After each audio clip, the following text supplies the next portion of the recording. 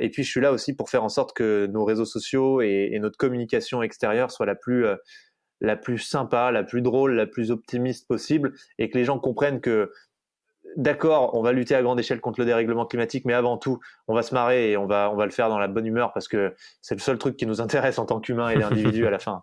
Ah, c'est super ça.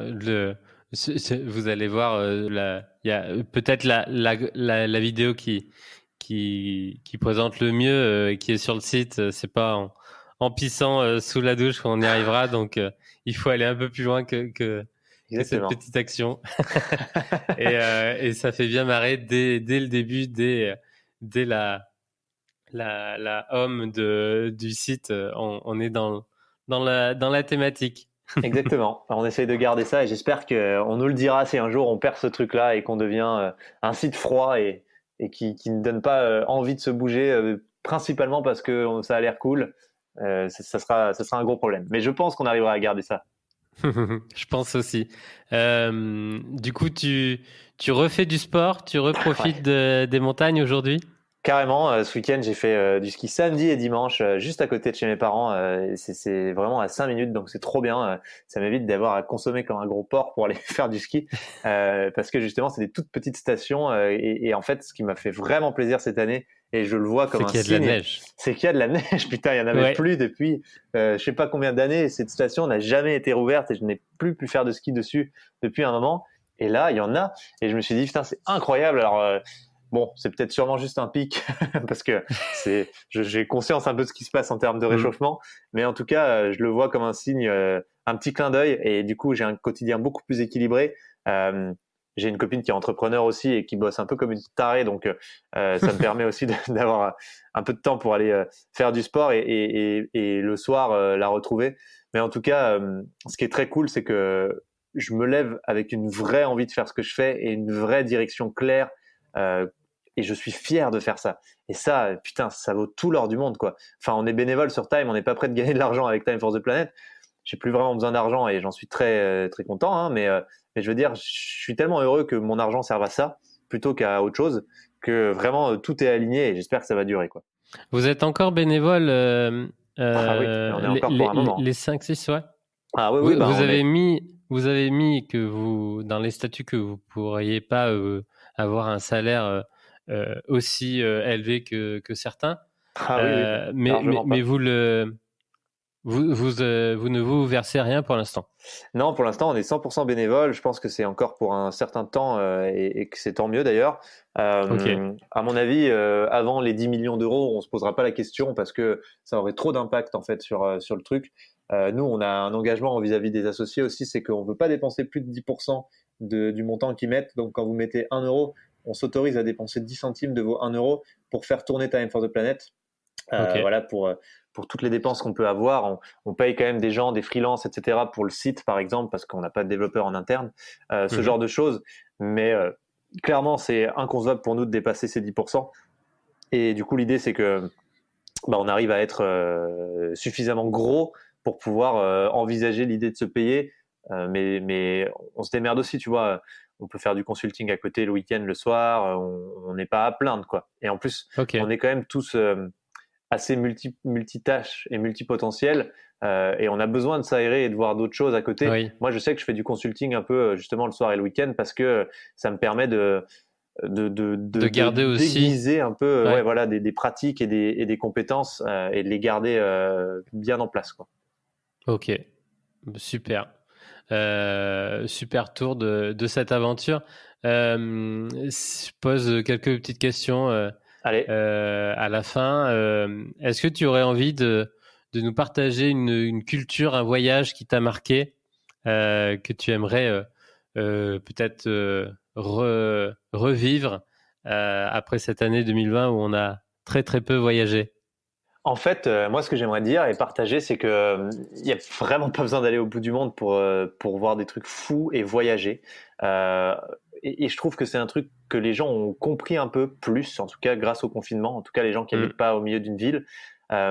Moi, j'ai pas envie de voyager en fait. Enfin, j'ai fait un peu ça, mais je me dis qu'il y a tellement de trucs de malades, ne serait-ce que là autour de chez moi. mais j'habite une région dingue, mais même en France de manière générale, c'est fou en fait ce qu'il y a à voir, et il y a des trucs fous dans la nature juste là à côté de chez vous. Il y a des cascades, il y a des ruisseaux qui sont magnifiques, il y a des trucs, des forêts, mais elles sont dingues. Et il n'y a pas besoin d'aller là où la pub nous dit d'aller. Juste, on sort, on va dans une forêt, c'est fou. Et en fait, moi, les voyages qui m'ont le plus marqué, j'ai été à plein d'endroits. J'ai été aux États-Unis, j'ai été au Mexique, j'ai été en Crète. Enfin, j'ai été partout. Enfin, pas partout, mais dans pas mal d'endroits. Et en fait, c'est pas ça que mon cerveau a retenu. En fait, ce que mon cerveau a retenu et ce qui fait mes souvenirs aujourd'hui, c'est des moments où je suis ici, là, à 10 km en haut d'une montagne, seul, il y a une belle vue, il y a le soleil, je regarde les montagnes, je sais pas quelle heure il est, j'ai pas mon téléphone, je veux pas savoir combien de temps ça fait que je suis là, et juste je suis seul avec mes pensées, et c'est un moment où je vis au présent pour de vrai, et où je sens que je suis vivant.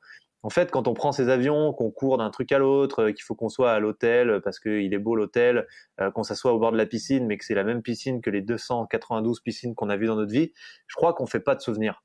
Et je crois qu'il y a très peu de gens qui voyagent avec la vraie capacité de faire des souvenirs en vivant des vraies expériences. Et les vraies expériences, on les vit parce qu'on est seul, vraiment au contact de quelque chose, de la nature ou de quelqu'un.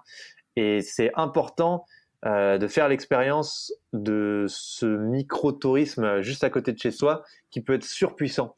Enfin, vraiment, moi, je suis convaincu, et je découvre ça avec ma copine. On va faire des 3000 parce qu'il y a des belles montagnes à côté là. Mais c'est ça mes meilleurs souvenirs. Je monte avec elle en haut d'un 3000, on s'assoit, et voilà, c'est incroyable. Et je pense qu'il y a tellement de trucs à voir juste à côté de chez nous. Souvent, on me dit, ah, c'est quand même chiant, on va plus pouvoir prendre l'avion. Oui, c'est chiant. Enfin, c'est chiant, oui et non. Bien sûr, s'il y a une obligation et qu'il faut aller pour un décès ou pour un heureux événement, prendre l'avion et aller ailleurs, ben, je comprends. Mais honnêtement, si c'est juste pour vivre des expériences, ça sert à rien, hein. Vous allez juste payer plus cher et perdre du temps. En tout cas, moi, je le vois comme ça. Après, c'est ma vision. Super, super partage. Est-ce que tu as une ressource, un livre, un film, une expo, un podcast à nous partager Ouais.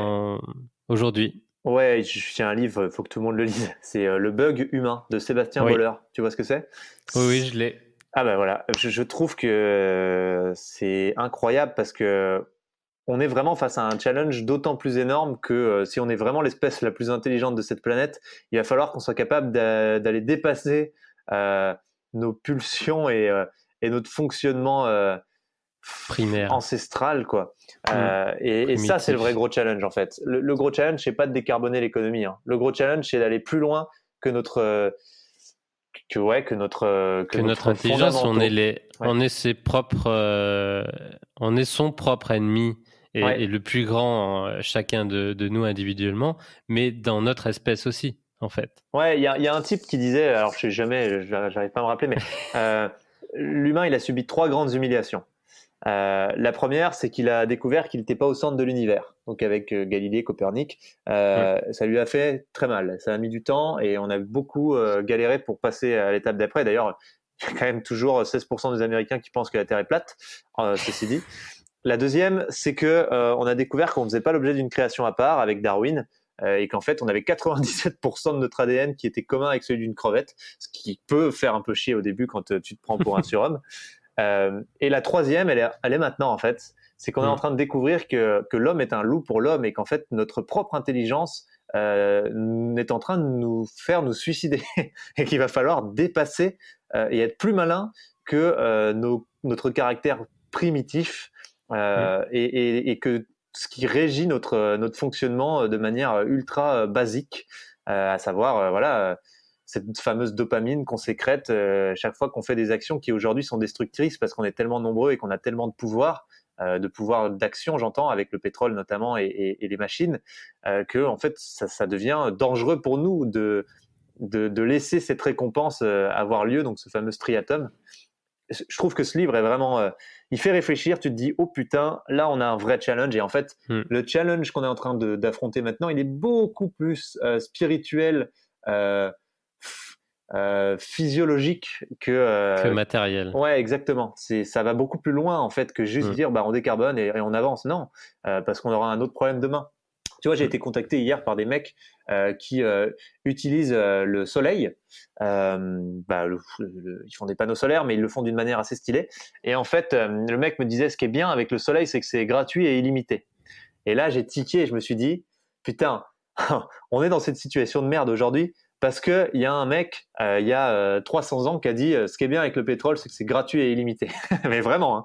Et en fait, je me rends compte qu'il faut qu'on apprenne à plus faire ces erreurs-là parce que non, il faut comptabiliser les luxes. Et il faut que dans l'équation comptable, on les intègre maintenant, sinon on va faire une erreur, comme on a fait l'erreur de dire que le pétrole c'était gratos, et donc on s'est retrouvé dans un monde où on consomme 1,7 fois les ressources de notre planète chaque année, parce que c'est illimité vu que c'est gratuit. C'est pas gratuit, et il faut valoriser tout ce qu'on utilise, parce que sinon on va refaire la même erreur, et dans 10 000 ans, ou même pas, peut-être dans 1000 ans, il y aura des mecs, il y aura un problème avec le soleil, je sais pas lequel, et en fait on sera dans la merde parce qu'on n'aura pas comptabilisé ça, et que encore une fois on utilisera le soleil de manière absurde et plus du tout logique. Bon, voilà. Super. Évidemment, le bug humain, c'est la première fois qu'il est partagé sur Aventure Humaine, mais il est dans ma bibliothèque depuis cet été, je crois. Il y a celui-là et il y a Sapiens, en fait. C'est un bon mix, en fait, Oui. de lire ces deux livres à la suite pour prendre du recul sur l'humain, l'humanité, quels sont nos vrais challenges et pourquoi on en est là, de manière vraiment profonde, pas juste parce qu'on veut s'acheter des iPhones. Il faut qu'on comprenne que c'est quelque chose de civilisationnel pour de vrai, quoi. Très très bonne remarque et ressources. Je voulais rebondir justement sur cette triple comptabilité. On a depuis, je sais pas, la nuit des temps compté de l'argent, compté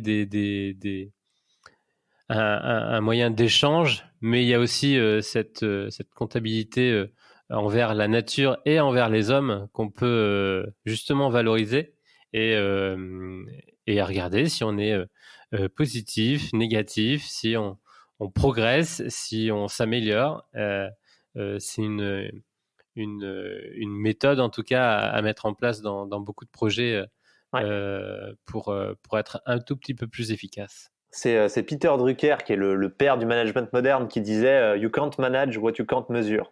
Et en fait, c'est exactement ça. Si aujourd'hui il commence à se passer des trucs côté réchauffement climatique, c'est aussi parce que on mesure, ça y est, très clairement. On a tant de ppm, enfin voilà, tu sais, c'est l'unité pour les gaz à effet de serre. Mais on est capable de dire à l'échelle mondiale, on émet tant, et chaque jour on émet tant. À cause de quoi? Eh ben de ça, qui émet 10%, 8%, 6%. Et ça, quand on est capable de mesurer, on peut manager. Et donc moi, je suis très optimiste aussi parce que je pense qu'on est arrivé à un stade où on mesure très bien. Et donc si on mesure très bien, on va être en mesure de manager correctement. Et ça, il faut qu'on le garde en tête. C'est un peu triste parce que ça veut dire que c'est une logique où on comptabilise la nature, on comptabilise les êtres vivants. Mais si ça doit être notre solution à nous, être avec un cerveau très rationnel et très carré, hack. Ouais, voilà, si ça doit être notre hack, faisons-le, quoi. Très très bien. On a fait un gros tour Ouais. de tout ça. J'invite donc tout le monde à aller sur le site Time for the Planet. C'est l'endroit, le noyau et le socle du projet. À verser à partir d'1 € pour rejoindre l'aventure. Et puis à parler à partager, à dire bon bah ça y est, I joined. j'ai fait mon premier, j'ai fait le saut. Même si vous êtes salarié, vous dites que vous êtes co-associé maintenant d'une très très belle entreprise, très positive, qui met en route le cercle vertueux. Et ça fera du coup le bonheur d'Arthur Ah oui. en haut de sa montagne qui dira c'est bon, aujourd'hui on a 500, 1000, 10 000 co-associés supplémentaires et du coup la mission est remplie. Exactement. Merci beaucoup Arthur. Merci Yael. On laisse ça comme appel à l'action. Il y a aussi LinkedIn, Insta, plein de contenus que tu partages sur les réseaux et que tout le monde peut voir. Oui, carrément, mais c'est vrai que l'appel central, c'est juste si vous n'avez pas beaucoup de temps, vous avez maintenant un moyen d'action concret grâce à votre argent, donc je vous invite à découvrir l'aventure et si ça vous plaît, à la rejoindre. Et si vous avez du temps, vous pourrez aller plus loin que juste mettre de l'argent. en rejoignant cette fameuse galaxie de l'action. Mais tout est expliqué sur notre site, donc je vous invite à aller visiter ça. Merci beaucoup Arthur, merci beaucoup à tous de nous avoir écoutés et je pense que cet épisode va être diffusé en tout début d'année. Donc je vous souhaite une magnifique année 2021, beaucoup plus incroyable et extraordinaire que 2020. Si votre bonne résolution pour cette année, c'était de changer le monde, qu'est-ce que vous en dites? Allez, on se fait cette punchline de fin avant de partir.